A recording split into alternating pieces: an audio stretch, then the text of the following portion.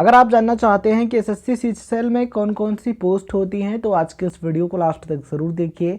आज के इस वीडियो में हम आपको बताने वाले हैं कि सीएचएसएल एग्ज़ाम देने के बाद कौन कौन सी पोस्ट मिलती है, यानी कि कौन कौन सी पोस्ट होती हैं और उनमें से आपको कौन सी पोस्ट मिल सकती है, ठीक है।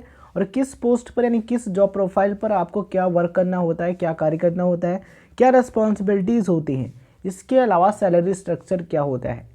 अगर आप इन चीज़ों के बारे में डिटेल्स एंड राइट इन्फॉर्मेशन पाना चाहते हैं तो आज की इस वीडियो को लास्ट तक और ध्यान से ज़रूर देखिए। तो मेरा नाम है प्रदीप मौर्य, आप देख रहे हैं हमारे YouTube channel right info club, जहां पर आपको मिलती है राइट इन्फॉर्मेशन। तो चलिए आज की इस वीडियो की शुरुआत करते हैं और सभी चीज़ों के बारे में स्टेप बाय स्टेप बहुत ही अच्छे तरीके से आपको बताते हैं। सबसे पहले आपको बता दें कि एसएससी सीएचएसएल एग्ज़ाम देने के बाद 4 पोस्ट होती हैं, टोटल 4 पोस्ट होती हैं सीएचएसएल एग्जामिनेशन में, ठीक है, जिनमें से कोई भी पोस्ट आपको मिल सकता है, ठीक है। जैसा कि आप यहाँ पर देख पा रहे होंगे, फर्स्ट है एलडीसी का पोस्ट यानी कि लोअर डिवीज़न क्लर्क का पोस्ट, या फिर इसे आप जेएसए का पोस्ट कह सकते हैं, ठीक है। ये पोस्ट मिल सकता है, या फिर आपको पोस्टल असिस्टेंट यानी कि पीए का पोस्ट मिल सकता है, या फिर आपको सॉर्टिंग असिस्टेंट यानी कि एसए का पोस्ट मिल सकता है, ठीक है। नेक्स्ट होता है डेटा एंट्री ऑपरेटर यानी कि डीईओ का पोस्ट। लास्ट होता है data entry operator grade A का पोस्ट यानी कि डीईओ ग्रेड ए का पोस्ट, ठीक है। तो ये टोटल 4 पोस्ट होती हैं, 4 जॉब प्रोफाइल्स होती हैं एसएससी सीएचएसएल में, ठीक है। एसएससी सीएचएसएल का फुल फॉर्म होता है staff selection commission combined higher secondary level exam, ठीक है। अगर आप सीएचएसएल एग्ज़ाम पैटर्न के बारे में जानना चाहते हैं कि यानी कि सीएचएसएल एग्ज़ाम में कितने पेपर देने होते हैं, तो इस टॉपिक पर हमने फुल डिटेल्स वीडियो बनाई हुई है। उसका लिंक आपको इस वीडियो के डिस्क्रिप्शन बॉक्स में मिल जाएगा, देखिएगा, फुल इन्फॉर्मेशन मिलेगी, सभी क्वेरीज आपकी सॉल्व हो जाएंगी, ठीक है।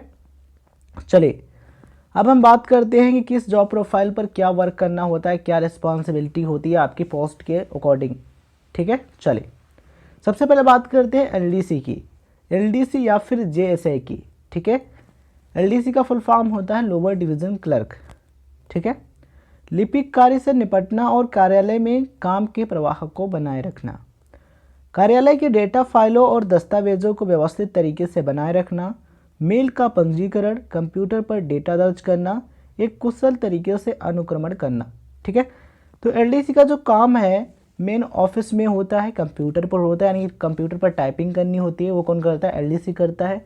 या फिर ऑफिस में फाइलें जो हैं उनका रख रखाव यहाँ से वहाँ, वो जो काम है वो भी एलडीसी करता है। और ऑफिस में जो सीनियर ऑफिसर्स होते हैं, जो वरिष्ठ अधिकारी होते हैं, वो जो निर्देश देते हैं, जो ऑर्डर देते हैं, उसका पालन करना होता है, ठीक है।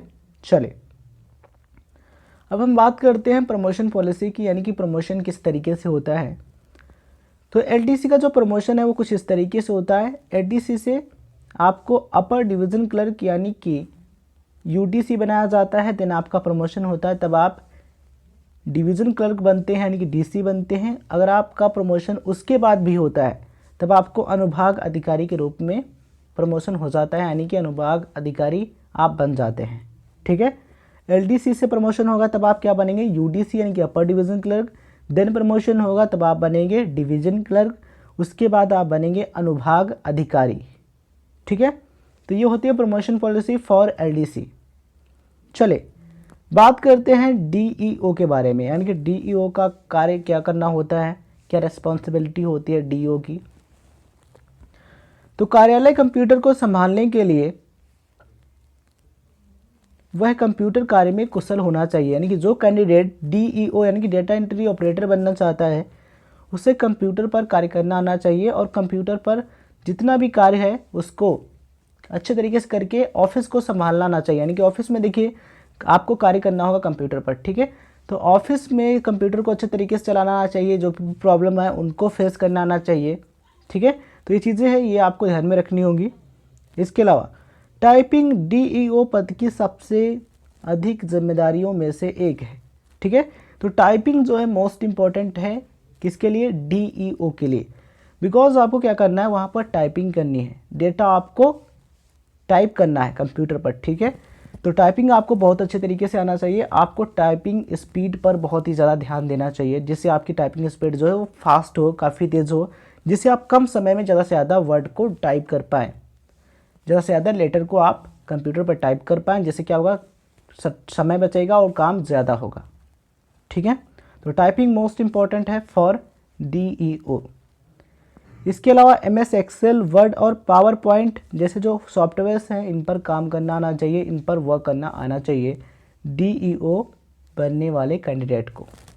ठीक है, तो ये रिस्पॉन्सिबिलिटी होती है DEO की यानी कि डाटा एंट्री ऑपरेटर की। बात करते हैं पदोन्नति नीति की यानी कि प्रमोशन पॉलिसी की। उम्मीदवार को विभागीय परीक्षा में उत्तीर्ण होने के बाद data entry operator grade B, grade C और ग्रेड F के पद पर पदोन्नत किया जाता है, यानी कि प्रमोट किया जाता है। देखिए, जो DEO होता है उसका प्रमोशन कुछ इस तरीके से होता है। कैसे होता है? उसका जो प्रमोशन है DEO के बाद ग्रेड A के बाद ग्रेड B पर होता है, उसके बाद ग्रेड C पर होता है, और उसके बाद यदि प्रमोशन होता है तो ग्रेड F का पोस्ट मिलता है किसको? DEO को, आफ्टर कई प्रमोशन। क्योंकि फर्स्ट आपका प्रमोशन हुआ तब आपको ग्रेड B का पोस्ट मिला, उसके बाद हुआ तो C का, उसके बाद यदि आपका होता है तब आपको F का मिलता है। ठीक है, तो ये होता है प्रमोशन प्रोसेस फॉर DEO। बात करते हैं पोस्टल असिस्टेंट की यानी कि PA की, या फिर सॉर्टिंग असिस्टेंट यानी कि SI की। मेलों का निपटान और डेटा को बनाए रखना। ठीक है, ग्राहक सहायता, ग्राहक प्रश्नों को संभालना और उन्हें एक व्यवहार्य समाधान प्रदान करना। ठीक है, देखिए जो पोस्टल असिस्टेंट होता है मेन जो काम है वो होता है मेलों का निपटान, जो मेल है उनका रख रखाव, कि मेल कैसी है, सही एड्रेस पर आई है या फिर उसको सही एड्रेस पर भेजना। ठीक है, तो ये काम होता है पोस्टल असिस्टेंट का। इसके अलावा जो ग्राहक होते हैं, जो कस्टमर्स होते हैं, उनकी जो प्रॉब्लम्स हैं, उनके जो क्वेश्चंस हैं, उनको सॉल्व करना और उनके साथ सही तरीके से बिहेव करना, जिससे वो अच्छे तरीके से काम कर सकें और आप उन्हें एक अच्छी सर्विस दे सकें। ठीक है, और कस्टमर्स को सेटिस्फाइड कर सकें, संतुष्ट कर सकें। ठीक है, तो आपका ऐसा बिहेवियर होना चाहिए, ऐसा व्यवहार आपका होना चाहिए। ठीक है, अब हम बात करते हैं प्रमोशन पॉलिसी की। इस कार्य क्षेत्र में उम्मीदवार को 5 वर्ष का अनुभव प्राप्त करना होगा और पोस्ट मास्टर ग्रेड की परीक्षा में पर्यवेक्षक यानी कि LSC, फिर वरिष्ठ पर्यवेक्षक और मुख्य पर्यवेक्षक यानी HSS के रूप में पदोन्नत करना होगा। ठीक है, तो ये प्रमोशन पॉलिसी होती है किसके लिए? पोस्टल असिस्टेंट के लिए। तो आज की इस वीडियो में हमने जॉब प्रोफाइल, रिस्पॉन्सिबिलिटीज़, वर्क, इन सभी चीज़ों के बारे में बात कर ली है। अब हम बात करते हैं सैलरी के बारे में, यानी कि किस पोस्ट पर आपको कितनी सैलरी मिलती है। सबसे पहले आपको बता दें कि जो सैलरी है मैं आपको एग्जैक्ट नहीं बता सकता, बिकॉज जो सैलरी है वो एरिया टू एरिया वेरी करती है, स्टेट टू स्टेट वेरी करती है। ठीक है, लेकिन इसको देखने के बाद आपको अंदाज़ा लग जाएगा कि सैलरी कितनी हो सकती है। चलिए सबसे पहले बात करते हैं LDC की सैलरी के बारे में। आपको बता दें कि जो सैलरी है वो X सिटीज़ में अलग होती है, Y सिटीज़ में अलग होती है और Z सिटीज़ में अलग होती है। तो आज की इस वीडियो में हम X, Y, Z तीनों सिटीज़ की सैलरी आपको बताएंगे। सबसे पहले मैं जो सैलरी बता रहा हूँ ये है LDC की यानी कि लोअर डिवीज़न क्लर्क की। ठीक है, और ये जो सैलरी है ये इन हैंड सैलरी है, अप्रॉक्स सैलरी है, ये भी आपको ध्यान रखना है। ठीक है, तो LDC की जो अप्रॉक्स सैलरी है X सिटीज़ में वो है 29,159 रुपये, यानी कि 29,159 रुपीज़। ठीक है, Y सिटीज़ में जो सैलरी है वो कुछ इस तरीके से क्या है 25,767 रुपये, यानी कि 25,767 रुपीज़। ठीक है, और Z सिटीज़ में जो सैलरी है वो कुछ इस तरीके से वो है अप्रॉक्स 24,175 रुपीज़। ठीक है, यानी कि 24,175 रुपये। ये जो है मंथली सैलरी है, प्रति माह की सैलरी है। ठीक है, ये किसके लिए है? LDC के लिए, लोअर डिवीज़न क्लर्क के लिए। अब हम बात करते हैं PA यानी कि पोस्टल असिस्टेंट या फिर सॉर्टिंग असिस्टेंट की सैलरी के बारे में। ठीक है, तो उसकी भी सैलरी आप यहाँ पर देख पा रहे होंगे। ये रही X सिटीज़ की 36,555 रुपये, और ये रही Y सिटीज़ की कितनी 32,715 रुपये, और Z सिटीज़ की जो सैलरी है वो है 30,675 रुपये। ठीक है, तो ये किसके लिए है? पोस्टल असिस्टेंट या फिर सॉर्टिंग असिस्टेंट यानी कि SA के लिए सैलरी। ठीक है, इन हैंड सैलरी है, मंथली सैलरी है, अप्रॉक्स सैलरी है, इसे आपको ध्यान रखना है। अब हम बात करते हैं DEO की सैलरी के बारे में, यानी कि डाटा एंट्री ऑपरेटर की सैलरी के बारे में। बात करते हैं एक्स सिटीज़ में। एक्स सिटीज़ में सैलरी है वो है 36,555 रुपये। वाई सिटीज़ में सैलरी है वो है 32,715 रुपये।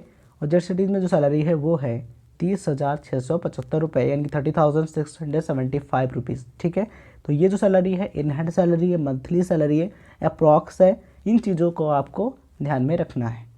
ठीक है, इसमें जो फैसिलिटीज़ मिलती हैं वो ऐड करके मैंने आपको बताई हैं अप्रॉक्स में। ठीक है, जैसे कि आपका डीए हुआ, ठीक है, जितने भी अलाउंसेज मिलते हैं वो हमने आपको ऐड के बताया है। डीए टीए और भी जितने भी मिलते हैं उनको ऐड करके, और जो डिडक्शन होता है वो सब फाइनल हमने आपको बताया है सैलरी। ठीक है, अप्रॉक्स है, इसे आपको ध्यान रखना है।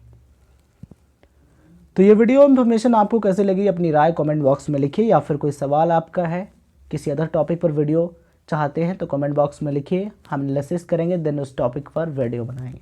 ठीक है, अगर आपको वीडियो अच्छा लगता है इस वीडियो को लाइक कीजिए, शेयर कीजिए, और ऐसे इंपॉर्टेंट वीडियोस देखने के लिए सब्सक्राइब कीजिए हमारे चैनल राइट इन्फो क्लब को, जहाँ पर आपको मिलती है राइट इन्फॉर्मेशन। सब्सक्राइब करने के बाद ऑल नोटिफिकेशन पर क्लिक ज़रूर कीजिए, जिससे आपको आने वाले वीडियोज़ के नोटिफिकेशन मिलते रहें, आप वीडियोज़ को देखते रहें। इस वीडियो को देखने के लिए आप सभी का बहुत बहुत धन्यवाद।